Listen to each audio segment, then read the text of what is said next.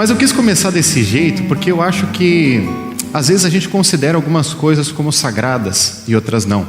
A gente considera que algumas coisas a gente precisa fazer com excelência e outras não tanto. Eu trabalho aqui na igreja, eu tenho uma vocação como pastor, Deus me colocou isso, tem outros irmãos aqui que também têm essa mesma vocação. Mas cada um aqui tem uma vocação como cristão. E tal qual é estranho, eu imagino umas pessoas já, meu Deus, o que ele está fazendo? Já preocupadas no culto, no começo. Porque eu não estava sendo excelente na minha forma de preparar uma mensagem ou de ensinar algo. Da mesma forma quando a gente está na nossa empresa, está trabalhando em qualquer lugar que seja. Se eu também não tenho excelência para com Cristo, também existe um problema ali.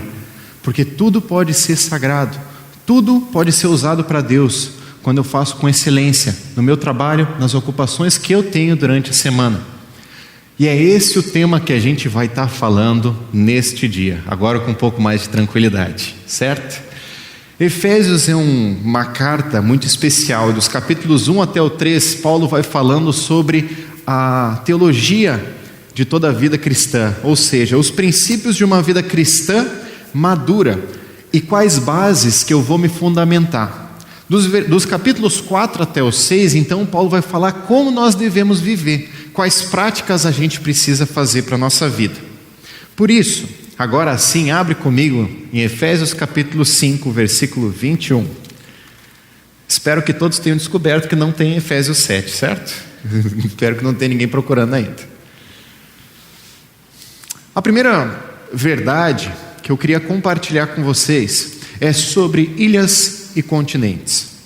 A ideia de uma ilha é uma terra cercada por água em todos os lados. É algo muito simples, talvez a primeira aula de geografia que a gente tem. O continente é um lugar grande, onde várias cidades, estados e até mesmo países compõem um mesmo espaço de terra. É engraçado que se na nossa vida a gente parasse para ver algumas áreas como ilhas, seria mais ou menos assim. O meu casamento é uma ilha, onde eu cuido da minha família, eu cuido dos meus filhos, eu estou ali envolvido e tudo mais, mas principalmente eu estou cuidando da minha esposa e a esposa está cuidando do marido. Eu tenho ali o meu casamento durante a semana, mas quando eu chego na igreja, eu não preciso me preocupar com o casamento, eu me preocupo com outras coisas. Eu chego no trabalho, eu não me preocupo com o meu casamento, mas eu me preocupo com outras coisas, porque eu estou focado naquelas áreas também. A segunda área é família, ou seja, pais para com os filhos. Enquanto eu estou em casa, enquanto eu estou cuidando dos meus filhos, é importante que eu esteja ali, mas isso é uma coisa. Porque outra coisa é o casamento, outra coisa é Deus, outra coisa é a minha profissão. A terceira categoria, talvez, que é a que a gente vai compartilhar hoje, é a profissão, ou seja, o que eu faço, o como eu vivo na sociedade em que eu estou. E pensando nisso, isso talvez não tenha a ver com o meu casamento, porque é uma ilha separada. Não tem a ver com a minha família. E por fim, existe uma ilha chamada Jesus, que é a ilha que a gente entra quando a gente entra na igreja. Ou seja, quando eu estou na igreja, eu sou um cristão, eu sou fiel, eu canto no culto, eu participo de grupos, eu estou envolvido, mas quando eu estou no trabalho, Jesus está naquela outra ilha, então ele não vem junto comigo. Quando eu estou na minha família, em casa, eu estou cansado, então eu não quero envolver Jesus nos negócios do que eu estou fazendo. Quando eu estou no cuidado com os filhos, a mesma coisa. Uma coisa é os filhos, outra coisa é meu relacionamento com Jesus. E o que a gente percebe é um conflito muito grande quando nós vivemos assim.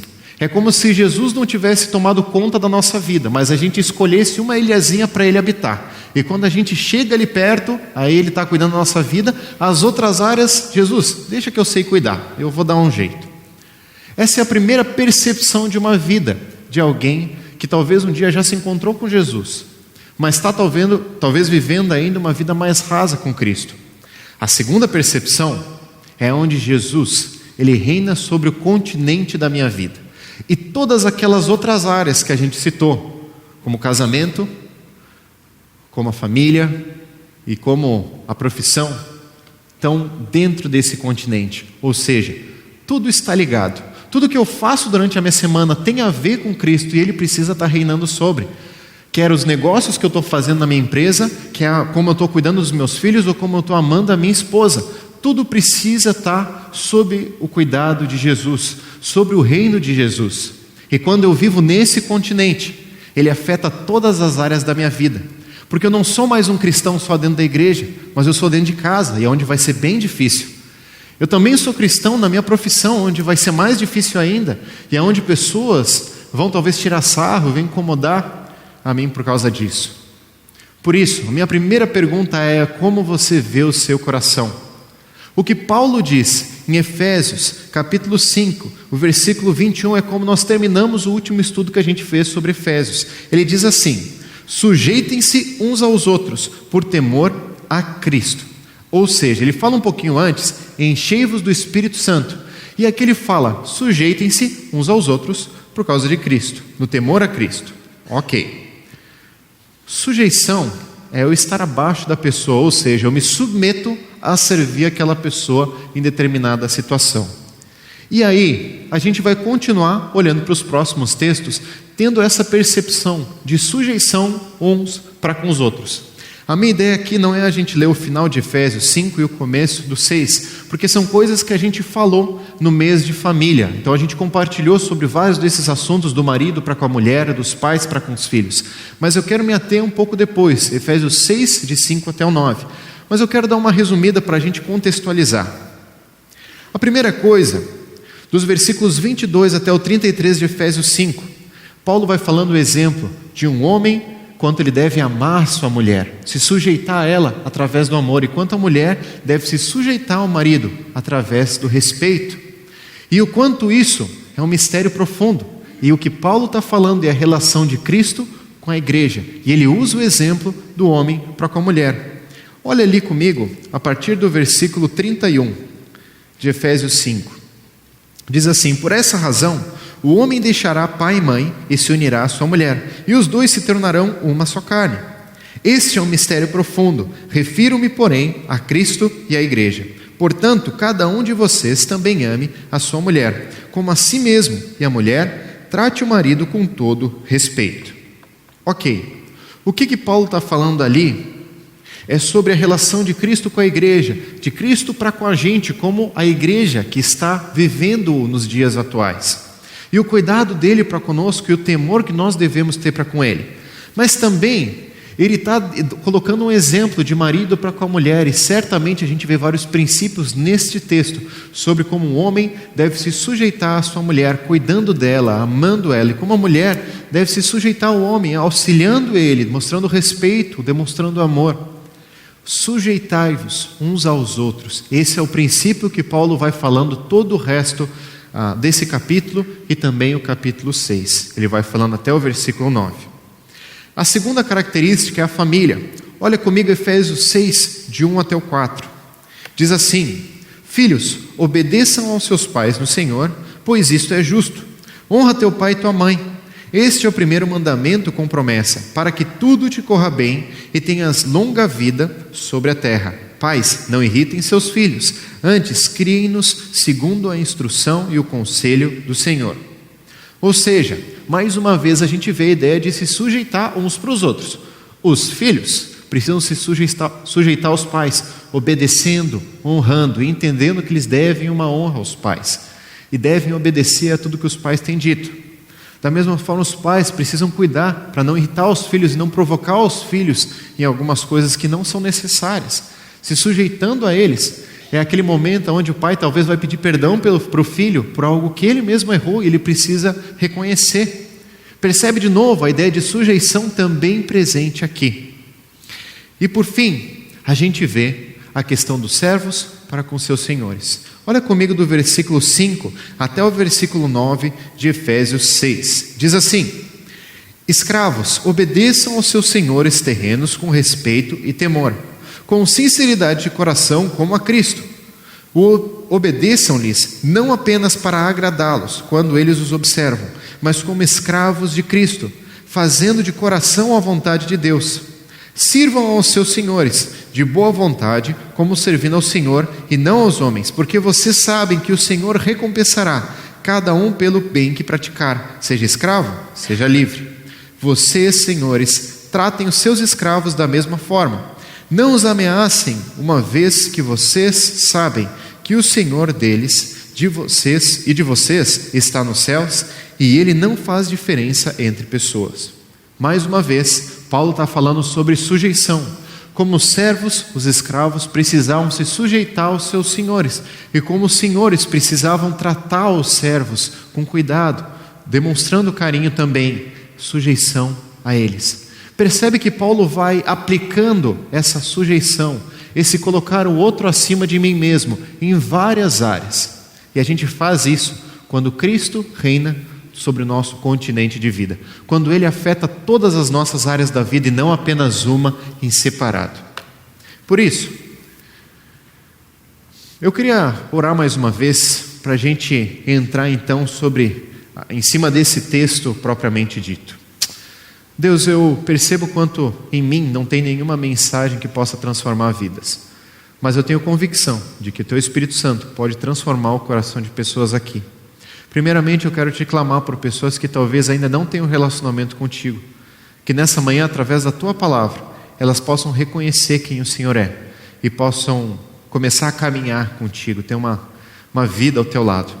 Da mesma forma, eu quero te pedir por pessoas que já te conhecem e talvez estão vivendo ilhas nas suas vidas, aonde Jesus só faz parte de uma dessas ilhas e não tem deixado o Senhor reinar sobre todas as áreas da vida. Ajuda elas e me ajuda a entender como eu posso aplicar na minha profissão, no que eu tenho feito no meu dia a dia, os Teus princípios, os princípios do reino, e te colocar para reinar em cada área da minha vida. É isso que eu quero te pedir, Pai, que a Tua palavra transforme o nosso coração através do Espírito Santo. Em nome de Jesus que eu oro, amém, Pai. Um breve contexto então para a gente entrar nesses textos a seguir. Eu imagino que a primeira coisa que você percebe é que o texto está falando sobre escravos. E quando a gente estuda um pouco a história, a gente vê quão triste é a história da escravidão. E Paulo sabia disso. Naquela época, acredita-se que tinha mais ou menos 60 milhões de escravos, oriundos de guerras. O próprio Israel, por várias vezes, foram cativos de outros povos por perderem guerras. Geralmente, quando um povo perdia a guerra, todos os que sobreviviam se sujeitavam, então, para novos senhores, seja para a Babilônia, para a Síria, para qualquer um desses povos que dominavam eles. E muitas vezes isso acontecia por causa das guerras, das leis e também pagamento de dívidas. Existiam alguns pais que, para pagar suas dívidas, vendiam os seus próprios filhos para que eles pudessem pagar a dívida e os seus pais continuassem livres. Essa era a tristeza da época de Paulo, o contexto ali. Outra verdade é que tal escravidão ela foi generalizada no Império Romano, aonde quando até a gente vê na época de Jesus e um pouco depois, os romanos dominavam toda a região. E como eles dominavam, eles se recusavam a precisar trabalhar. Eles já estavam aposentados independente da faixa etária. O que eles faziam? Eles tinham trabalhadores, servos ou escravos, em cada área da vida. Tanto alguns ministros até acreditam que eles eram servos, eram escravos, porque os romanos eles não trabalhavam braçalmente, eles não faziam nada, não faziam as contas, não faziam os cálculos, não se preocupavam com isso. Eles só mandavam, só dirigiam esse trabalho para os outros. Os escravos eles eram considerados naquela época ferramentas vivas, ou seja, muitos estudiosos diziam que tinha as ferramentas inanimadas, que eram o martelo, era o serrote, e tinha as ferramentas vivas, que eram as pessoas escravas. Essa era a tristeza e degradação da humanidade naquela época. É verdade também que existiam alguns casos onde os escravos ou servos tinham uma boa relação com seus senhores. Também existem alguns relatos disso, mas na grande maioria era um período muito difícil. Os escravos que fugiam, eles eram marcados na testa com um símbolo de fugitivo. E toda vez que eles eram vendidos para outros senhores, o senhor já sabia que ele ia ter um cuidado redobrado com aquele servo, aquele escravo. E é por isso que quando a gente lê a carta de Filemão, aonde Paulo está pedindo para Filemão perdoar Onésimo, que era um escravo que fugiu, se encontrou com Paulo na prisão, conheceu a Cristo, mudou a vida, e Paulo estava pedindo para Filemão aceitar Onésimo de volta, ou seja, o que Filemão devia fazer pela lei era carimbar um F de fugitivo na testa de Onésimo. O que Paulo estava pedindo é: perdoa ele e permite que ele trabalhe contigo no serviço do Senhor. E essa é a loucura daquela carta de Filemão, o pedido de Paulo para com Filemão. E a verdade é que muitos desses escravos, eles compunham grande parte da igreja primitiva. Eles não tinham esperança na vida, e quando Cristo aparece, e quando os apóstolos falam sobre uma esperança além da vida, eles querem essa esperança e querem caminhar dessa forma. Então vários escravos se tornam cristãos, e esse é o desafio de agora. Paulo escrever para esses escravos, para esses servos, como eles devem se portar, sendo agora cristãos, servindo agora a Jesus. Da mesma forma, como os senhores que se convertiam, como o exemplo de Filemão, que era um senhor convertido, como ele deveria se portar para com seus servos. Imagine naquela igreja primitiva, ou quando podia ter em alguns momentos, o senhor servindo junto com o servo na igreja. E quantos conflitos aconteciam naquele? Porque o servo queria estar no mesmo lugar do Senhor, e o Senhor dava passos para trás dizendo, puxa, mas ele é o meu escravo e meu servo, e agora a gente está na igreja. Vários conflitos, e Paulo então escreve esse contexto de carta. E alguns outros textos durante as suas cartas que vão nos ajudar a perceber algumas coisas. Sobre como nós, servos, trabalhadores, precisamos lidar com os nossos patrões. E como os patrões precisam aprender a lidar com os servos também, trabalhadores. Então a gente chega no versículo 5. Depois da gente entender um pouco desse contexto, e o que o versículo 5 começa dizendo é: escravos, obedeçam aos seus senhores terrenos com respeito e temor, com sinceridade de coração, como a Cristo. A primeira verdade é que Paulo ele entra na questão profissional, aonde um deve se sujeitar ao outro. E como no caso, o servo cristão deveria se sujeitar a senhores, mesmo que não fossem cristãos. E como os senhores deveriam se sujeitar também aos servos e cuidar deles, mesmo que os servos não fossem cristãos. É um desafio a mais, e é um desafio de uma vida cristã, onde eu vou me sujeitar aos outros, eu vou me submeter aos outros, cuidar dos outros na minha vida. Pensando isso na nossa vida e trazendo para cá, graças a Deus, nós hoje não vivemos um regime de escravidão. O trabalhador tem sido digno do seu salário. Muitas vezes a gente gostaria de ganhar mais. Muitas vezes os patrões gostariam que tivesse mais funcionários. E a gente sabe que nem sempre o sistema que a gente vive é tão justo. Mas certamente vão ter coisas que hoje a gente vai poder aplicar na nossa vida.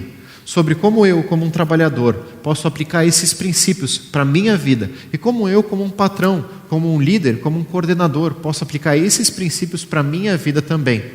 Entendendo para quem ambos estão servindo.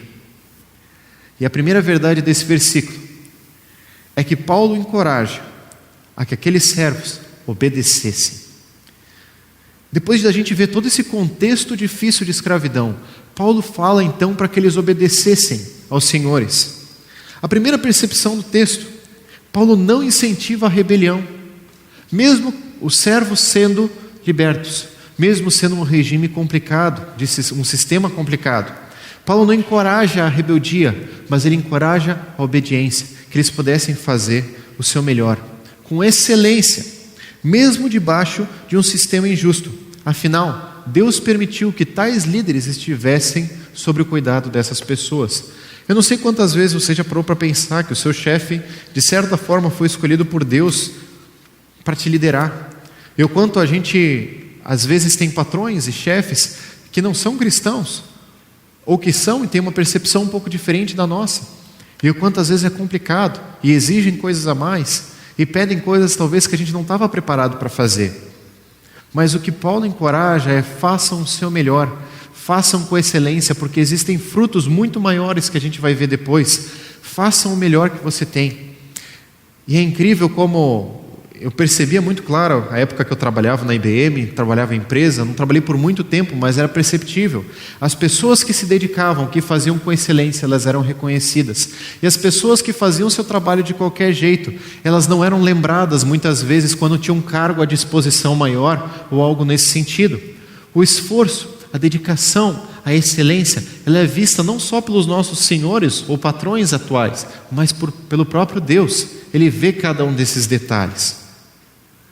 Os cristãos, eles podem ser fiéis debaixo de qualquer regime, promovendo os princípios do reino. E a gente percebe uma discussão gigante hoje em dia sobre a questão de como é que o nosso governo está chegando e vai chegar uma ditadura e vai chegar uma república injusta, e como a gente já vive um sistema injusto, nós sabemos disso. Mas o que Paulo está falando com relação a um sistema mais injusto ainda da época, onde pessoas eram vendidas como propriedades, como ferramentas, o que Paulo diz é: os cristãos podem ser servos, podem ser fiéis a Deus, mesmo debaixo desse sistema, porque quando eu me torno cristão, eu percebo que não é um sistema que define a minha vida cristã. Qualquer sistema humano vai ter falhas, vai ter conflitos, mas o que eu percebo é que o maior problema está no coração do homem, é o seu coração corrupto. E se pessoas que estão envolvidas na política conhecessem a Cristo, coisas seriam diferentes, se realmente levassem Cristo a sério.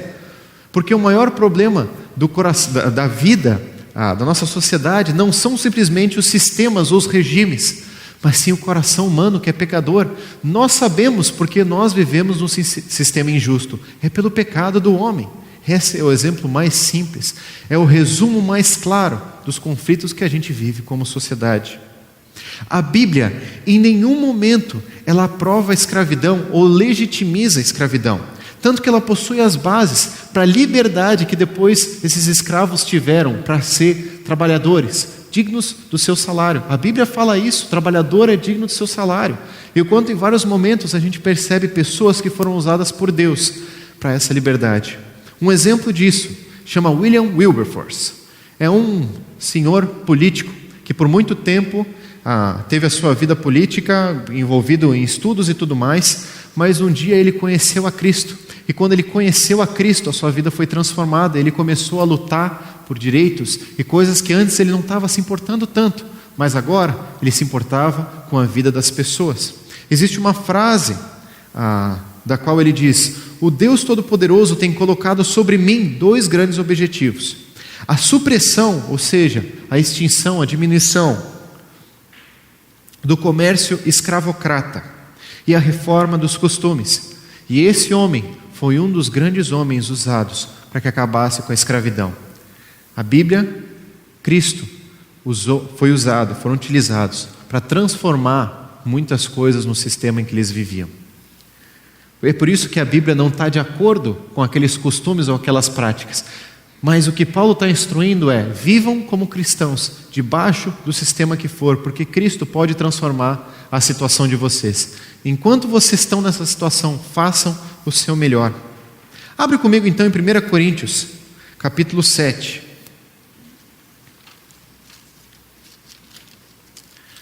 A partir do versículo 21. Esse é um texto onde Paulo vai falando sobre o casamento, o divórcio. Ele vai falando sobre momentos de vida e sobre quem está casado continue casado, solteiro continue solteiro, por ser uma época de guerras, uma época de conflitos que eles estavam vivendo. Olha o que ele diz então no versículo 21, falando sobre um outro tema. Foi você chamado sendo escravo? Não se incomode com isso, mas se você puder conseguir a liberdade, consiga. Pois aquele que, sendo escravo, foi chamado pelo Senhor, é liberto e pertence ao Senhor, semelhante àquele que era livre quando foi chamado. É escravo de Cristo. Vocês foram comprados por alto preço. Não se tornem escravos de homem. Irmãos, cada um deve permanecer diante de Deus na condição em que foi chamado. O que Paulo estava dizendo naquela época é: se você é escravo e não tem como sair dessa condição, faça o melhor que você pode fazer nessa sua condição, porque Deus vai te honrar. O Senhor dos céus está vendo a tua condição, está vendo o seu chamado, está vendo o que você está fazendo. Ele vai cuidar de você. Da mesma forma, quando a gente trabalha, na vocação onde a gente tem, na área onde a gente tem, Deus tem nos chamado para fazer com excelência essa área. E através disso Ele está nos vendo. Ele vai no tempo certo, está nos honrando também. E o texto continua. Algumas versões ele fala respeito e temor, e outras ele fala temor e tremor. E ele diz o peso do qual o servo precisava se sujeitar para o seu senhor. E esse peso de temor e tremor, ou seja, um respeito profundo e uma honra devida, ela não era só por conta daquele senhor que ele estava vendo, mas do Senhor dos céus, o quanto precisava levar a sério o trabalho dele. Eu não sei quantas vezes a gente para durante a semana na nossa empresa e quanto a gente percebe que o nosso trabalho não está simplesmente servindo para o nosso ganha-pão, apesar de que isso acontece, não apenas servindo para agradar o nosso patrão ou fazer o que ele tem pedido, mas sim porque Deus tem cuidado de nós e para agradar a Ele. Minha primeira pergunta dentro disso é: que tipo de trabalhador você tem sido? De que forma você tem trabalhado? Você tem sido um trabalhador aonde tem feito o mínimo necessário para poder continuar empregado? Ou você tem procurado fazer as coisas com excelência? Você tem escondido coisas dos seus patrões e tem lidado de uma forma desonesta? Ou você tem procurado fazer o seu melhor, ser sincero e procurar corrigir as coisas? Eu lembro quando eu trabalhei na IBM, e eu estou dando um exemplo mínimo, eu fiquei 1 ano lá, 1 ano e meio lá, fiz estágio, sei que tem pessoas com muito mais experiência de profissão, mas o que eu percebi nesse pouco tempo foi que muitas vezes eu não sabia como fazer. A gente tinha que fazer coisas complicadas, era montar servidores daqui em Hortolândia, então era tudo pelo computador, e às vezes eu, como bom estagiário, fazia uma que outra bobagem, desligava um servidor que não era para desligado, fazia alguma coisa que não era para ter feito, e naquela hora eu ficava apavorado e eu pensava, bom, eu posso esconder isso aqui, deixar para lá e o problema vai passar para outra pessoa, ou eu posso admitir esse problema e tentar resolver com o meu patrão. E eu sempre tentava resolver, junto com o meu coordenador da área ali, ou meu chefe, e o quanto isso depois foi uma das coisas que eles apontaram para mim, o quanto foi especial para eles de ver que eu era sincero com as coisas que eu estava vivendo. Para mim, eu só estava sendo um trabalhador mau, porque eu não estava conseguindo fazer, não era tão competente quanto eu deveria ser para essa função. Mas para eles, aquela sinceridade, aquela honestidade estava ajudando.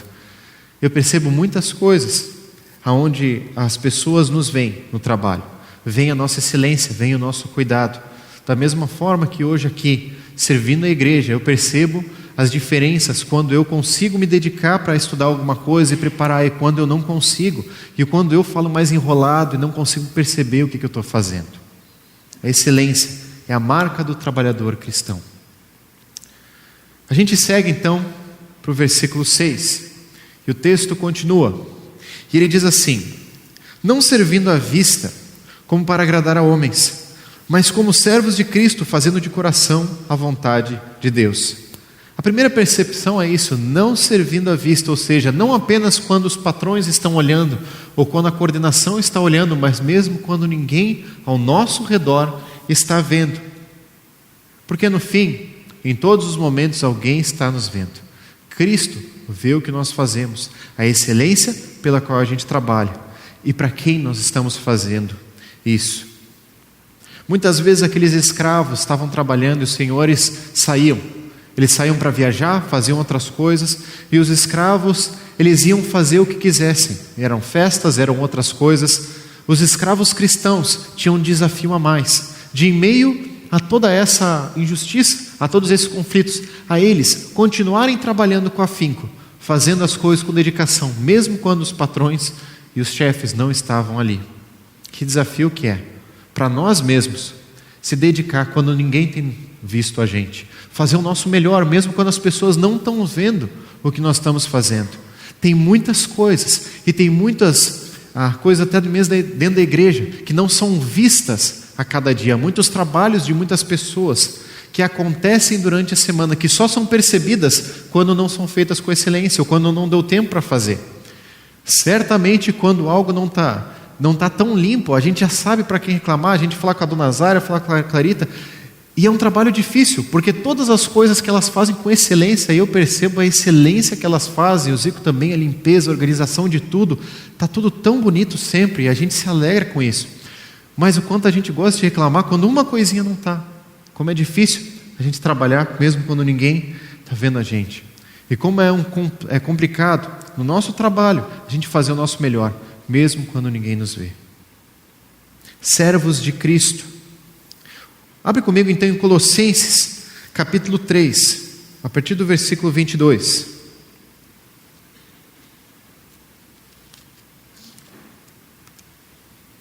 E aqui mais uma vez Paulo vai falar para os servos, para os escravos, como eles deveriam se portar. Versículo 22 diz assim: escravos, obedeçam em tudo aos seus senhores terrenos, não somente para agradá-los, quando eles estão observando, mas com sinceridade de coração, pelo fato de vocês temerem ao Senhor. Tudo o que fizerem, façam de todo o coração, como para o Senhor e não para homens, sabendo que receberão do Senhor a recompensa da herança. É a Cristo, o Senhor, que vocês estão servindo. Por isso, servos de Cristo é o que nós somos. Quando nós estamos trabalhando, mesmo que ninguém veja, Cristo vê, e é para Ele que nós estamos trabalhando, e é por isso que em todos os momentos eu preciso fazer com excelência. Da mesma forma que eu sou um servo de Cristo, e o meu alvo final não é agradar o patrão para eu conseguir uma promoção, não é que as pessoas possam me elogiar como eu sou um bom trabalhador, mas é agradar a Cristo no que eu estou fazendo, e é por isso que eu vou me dedicar mais. O trabalhador cristão deveria se trabalhar com mais afinco e com mais excelência, porque ele está trabalhando para Cristo e não simplesmente para senhores terrenos.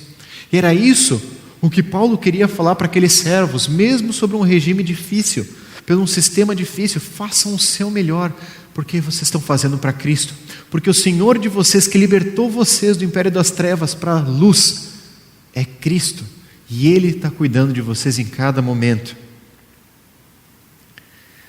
Da mesma forma que existia uma crença muito grande que naquela época existiam alguns trabalhos que eram sagrados, ou seja, sacerdotes, as pessoas que serviam os apóstolos na igreja e coisas relacionadas a isso. Existiam os trabalhos profanos ou da vida comum, que era o tecelão, era o pescador, eram outras coisas que não tinham a ver com Cristo, eles não estavam falando de Cristo. E as pessoas viam esses trabalhos sagrados como superiores, pensando, esses estão servindo a Deus, eu não estou. O que Paulo está dizendo é, independente de qual função você exerça, o seu trabalho pode ser sagrado, à medida que você coloca Jesus para reinar sobre o seu continente de vida. E quando Ele for o rei da sua vida em todas as áreas, o seu trabalho passa a ser sagrado. Portanto, cuidado, você está servindo a Deus, aonde você estiver, em qualquer circunstância onde você estiver, você está servindo a Deus. Atenção no seu cuidado, atenção no seu trabalho. E ele fala também nesse texto de coração, fazendo de coração a vontade de Deus. Certamente para aqueles servos era a oportunidade de testemunhar do amor de Cristo, embora eles quisessem fugir dali, fazer qualquer outra coisa. À medida que eles faziam um trabalho com excelência, mesmo quando o patrão não estava vendo, e em todos os momentos possíveis, eles mostravam um testemunho de quem conhecia Cristo. Quando na verdade nós deveríamos fazer tudo com mais excelência nesses momentos. Abre comigo em 1 Timóteo, capítulo 6. A gente está vendo vários textos, mas porque todos esses textos compõem o que Paulo falou sobre essa relação de servos com seus senhores. 1 Timóteo, capítulo 6, versículos de 1 e 2. Diz assim: todos os que estão sob o jugo da escravidão devem considerar os seus senhores como dignos de todo respeito, para que o nome de Deus e o nosso ensino não sejam blasfemados. Os que têm senhores crentes não devem ter por eles menos respeito, pelo fato de serem irmãos. Ao contrário, devem servi-los ainda melhor, porque os que se beneficiam do seu serviço são fiéis e amados. Ensine e recomende essas coisas. O que Paulo está dizendo ali é, naquela época, havia momentos onde o escravo ou o servo, ele estava na mesma igreja em que o seu senhor. E aonde ele, reconhecendo isso, ele chegava no trabalho e o seu senhor pedia alguma coisa, ele falava: querido, nós somos irmãos em Cristo.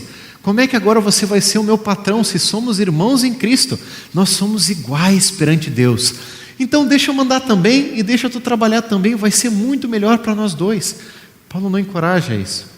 O que Paulo está dizendo é: respeite o seu cargo, a sua posição. Se você puder chegar um dia a uma posição melhor, que você faça isso, mas de uma forma honesta, aonde Deus está abrindo as portas. Enquanto isso, faça o seu melhor aonde você está. E se o seu patrão é cristão, se o seu chefe é cristão, faça com mais excelência ainda, porque você está mostrando para ele quanto Cristo tem movido o seu coração também, e quanto juntos vocês podem ser testemunhos para os outros.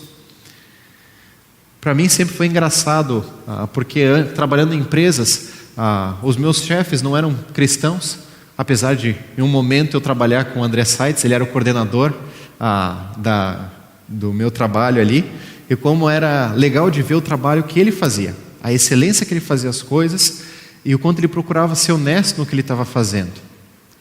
E eu percebia que eu tentava fazer com mais afinco ainda o que eu estava fazendo, porque eu sabia que alguém conhecia o padrão que eu deveria ter de vida com Cristo. Não que ele estava vendo ou qualquer coisa, mas que eu precisava servir a Cristo. Como foi especial para mim ter um chefe, um coordenador cristão, e ver a forma que ele estava lidando, a excelência que ele estava trabalhando. Quando eu chego aqui na igreja, então, os nossos chefes e coordenadores e tudo mais, é o conselho, um grupo de irmãos cristãos, vários que eu conheço desde que eu era criança, e era o Daniel, era o Roger, e o quanto era engraçado, porque com o Daniel a gente tinha uma liberdade de conversar várias coisas, mas eu procurava dar o respeito devido na coordenação que ele exercia para mim. E como a gente precisa entender o nosso local, o nosso momento, como servos, como trabalhadores, na nossa função, e fazer ela com excelência. Quer o nosso Senhor seja cristão, quer não seja. Fazer tudo com excelência. A pergunta nesse sentido é: a quem você está servindo? Se você está servindo simplesmente ao seu patrão para conseguir uma promoção, você vai se frustrar. Porque profissionalmente, mesmo que você chegue no fim da carreira no auge, Cristo, se Ele estiver distante, ou Ele estiver numa outra ilha, se a sua família, seus filhos estiverem em outras ilhas separadas, você vai terminar a sua vida frustrado. A gente percebe Salomão em Eclesiastes falando sobre tudo isso.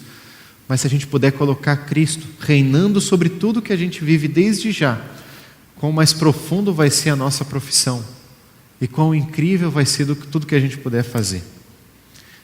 A quem você está servindo? Se servindo a Cristo ou simplesmente ao patrão que você vê?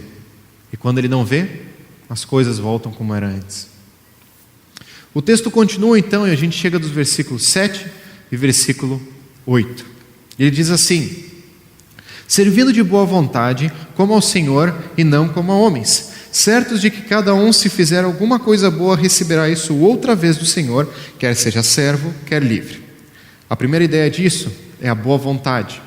Fazer da melhor forma, fazer com alegria, servir de fato. Abre comigo em Tito, capítulo 2, a partir do versículo 9.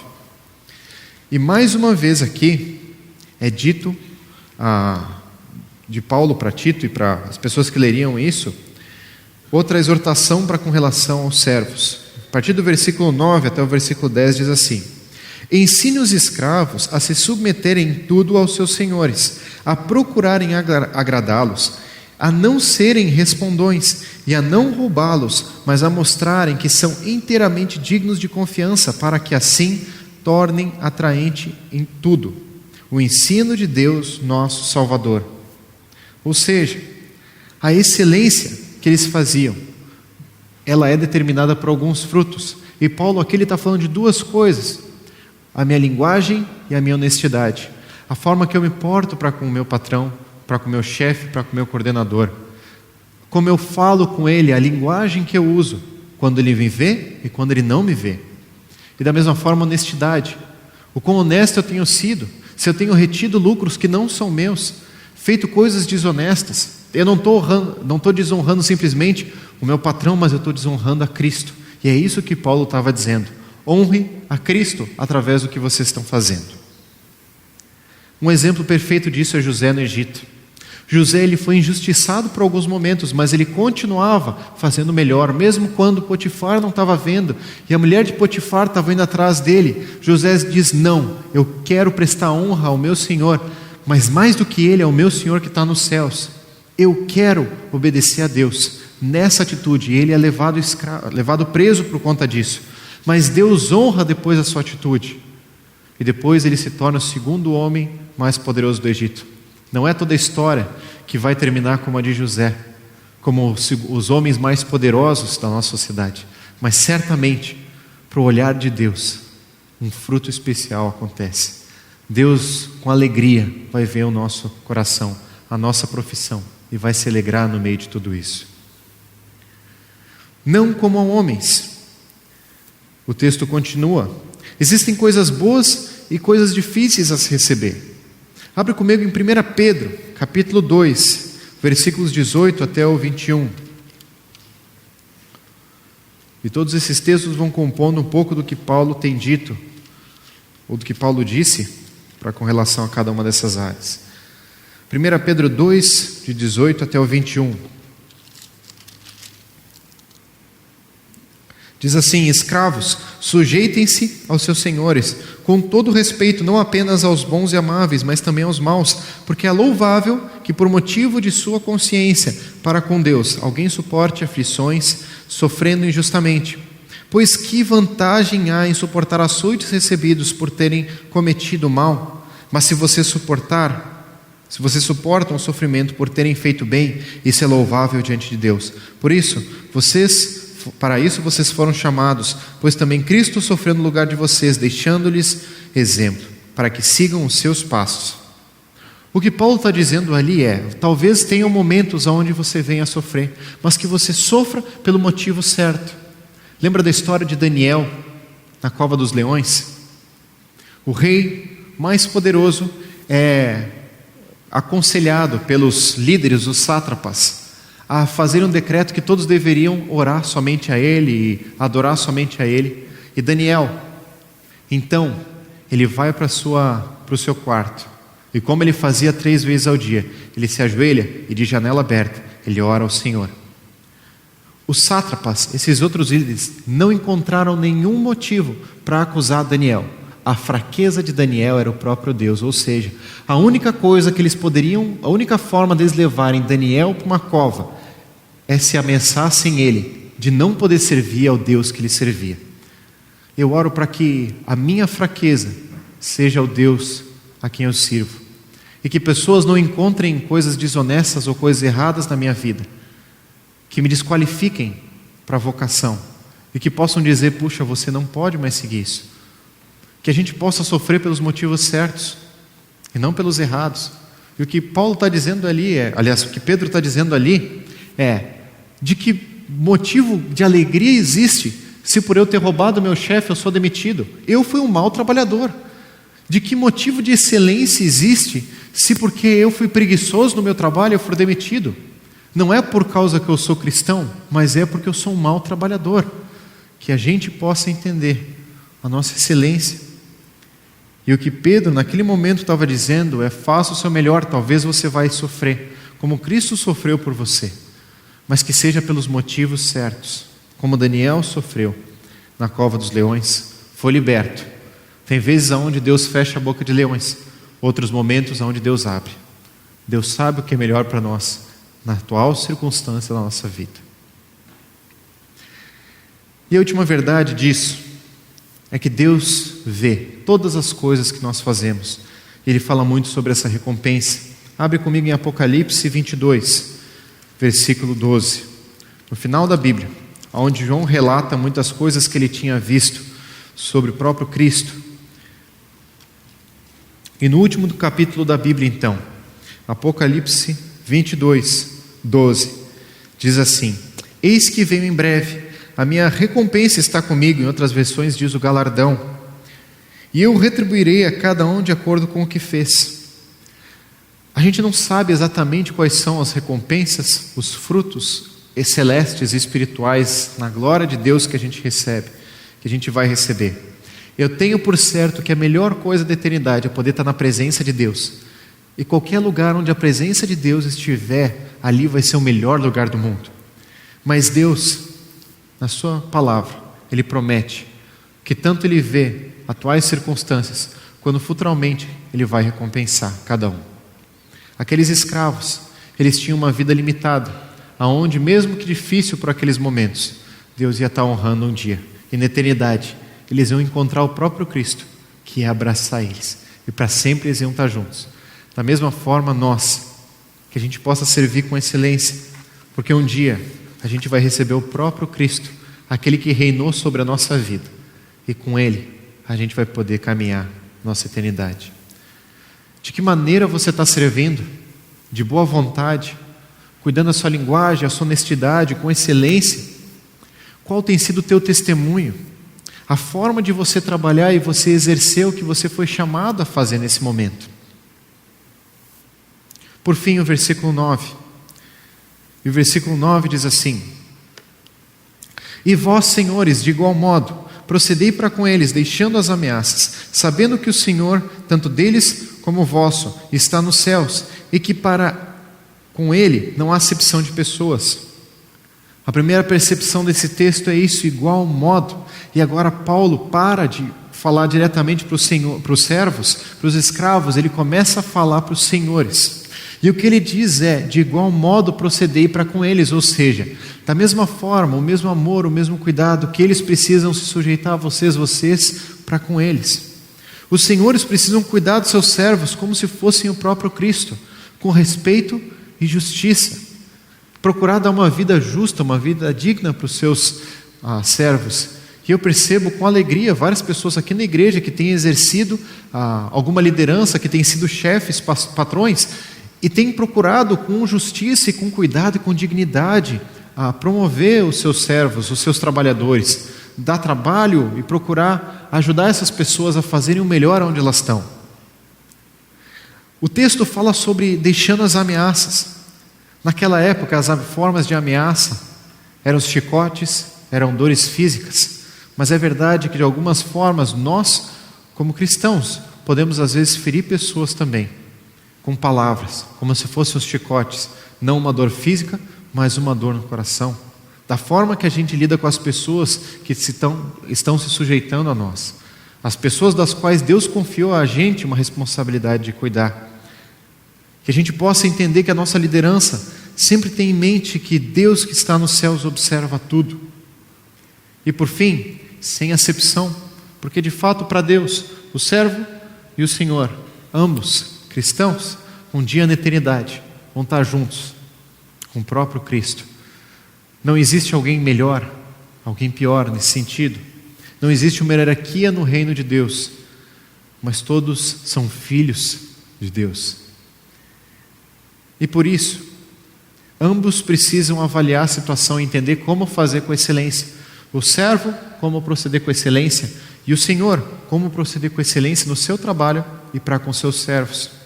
Da mesma forma que ambos, no final, vão prestar contas. O servo vai prestar conta para Deus, de qual servo ele foi, quão fiel ou não.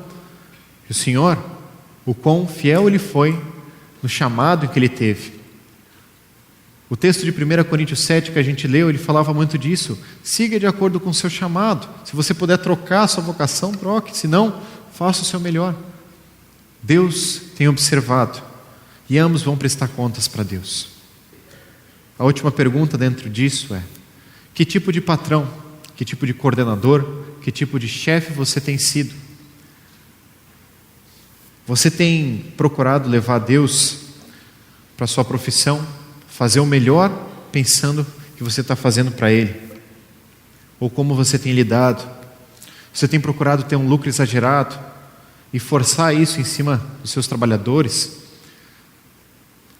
Ou tem procurado de uma forma honesta, procurar dar uma justiça, trabalhar com justiça para com esses trabalhadores, cuidar deles? E o que eu estou dizendo não é, mais uma vez, de perder os cargos que cada um tem exercido, como Paulo não dizia isso também, mas de com excelência entender o que eu preciso crescer em cada um dos momentos onde eu estou na minha vida. Concluído então, 3 observações para a gente terminar. A primeira é que Cristo não quer apenas transformar uma área das nossas vidas, mas todas.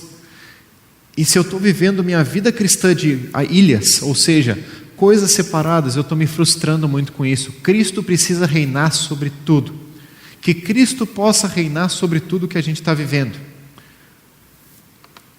A segunda percepção é que nós podemos convidar Jesus para entrar no nosso quarto, abrir a janela e fazer como Daniel fez, orar ao Senhor e mostrar o nosso testemunho dentro do nosso trabalho, que nós amamos a Cristo e queremos fazer o nosso melhor para Ele, como Daniel fez, independente das consequências. Ele assumiu a sua vida cristã, ele abriu as janelas e decidiu que Cristo ia estar envolvido naquela área da vida dele também.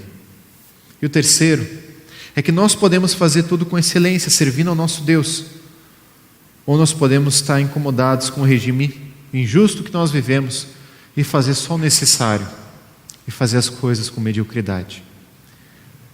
Se nós estamos servindo a Cristo, que a gente possa fazer o nosso melhor.